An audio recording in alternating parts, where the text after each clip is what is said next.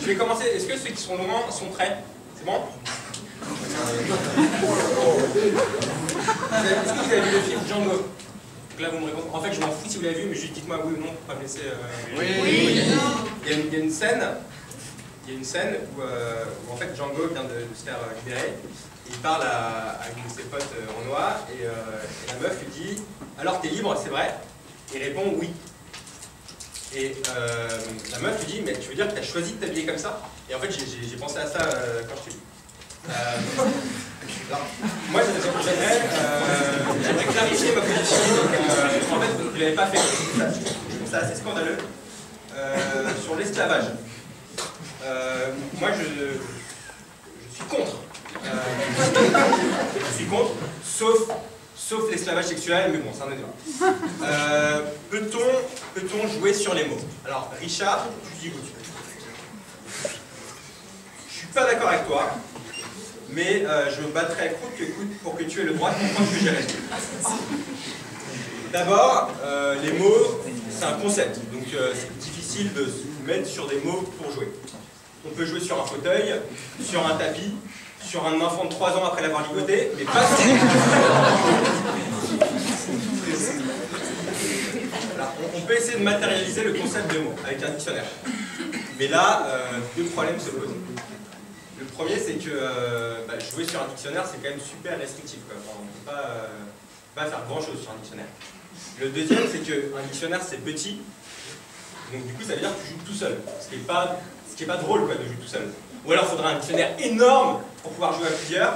Mais dans ce cas, il faudrait faire sur mesure, ce qui pose une nouvelle fois deux problèmes. Premièrement, il faut assumer, tu avais demandé de faire un dictionnaire gigantesque pour jouer sur les mots avec ses potes. Et deuxièmement, c'est quand même plus chaud à surmonter, c'est que ça n'existe pas, quoi, tout simplement.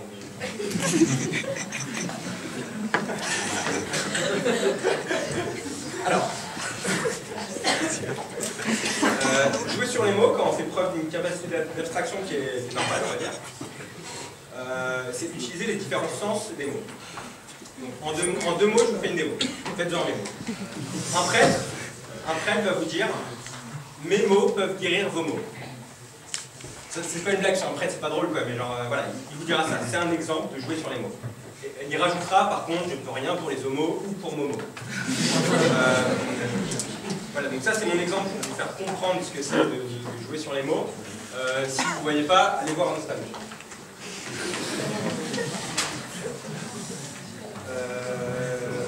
Donc oui, moi je suis contre. Je pense qu'on ne peut pas jouer sur les mots. On ne peut pas laisser le premier chinois venu jouer sur les mots. Les conséquences pourraient être vraiment terribles. On pourrait nous demander, par exemple, allez sec, comment est votre Blanquer? Et ça, c'est de la merde, franchement. Nous faire remarquer, en pensant être drôle, que Pompéi aurait eu besoin de Pompiller. Bon, je te rassure, Richard. Moi, j'ai rien contre les Chinois. J'ai un ami, vous êtes très ressemblants, c'est-à-dire que vous êtes exactement différents, enfin il est exactement différent comme toi. Et on rit quand on est ensemble. Comme quoi, tout est possible. D'ailleurs, à propos de différence. Je pense à un truc, en fait, tu as dit j'ai la voix de Maître Gims, mais c'est pas du tout le cas, il a un peu tout ce voix-là.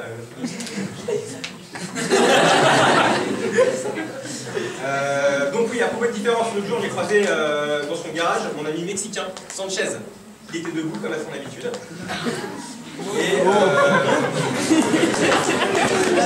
bravo. Quand vous avez tous compris, vous m'écoutez. Donc Sanchez, mon ami, qui était debout comme à son habitude, il me fait une bise en tapant ses vitres. Puis me dit, sur le ton de la confidence, Mahmoud Abbas, on dit un complot. Je le coupe, c'est pas mes données. Il me raconte une autre histoire. Il attendait le bus à l'abri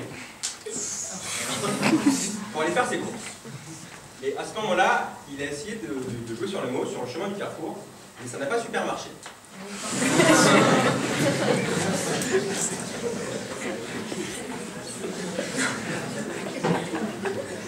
Jouer sur les mots, c'est ma vie. Vraiment. Et je ne vous laisserai pas galvauder ma vie. C'est comme si, là je vous parle, donc genre si vous pouvez me...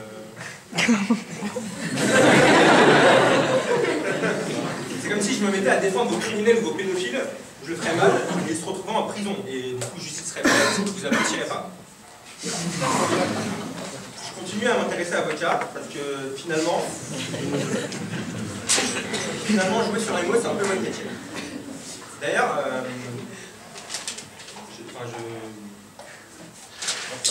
je vous plains un peu parce que en fait, vous êtes comme les premières victimes de ce terrorisme lexical.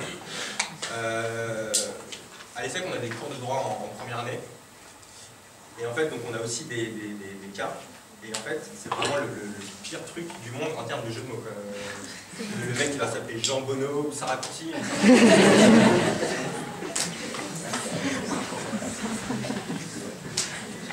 Bref.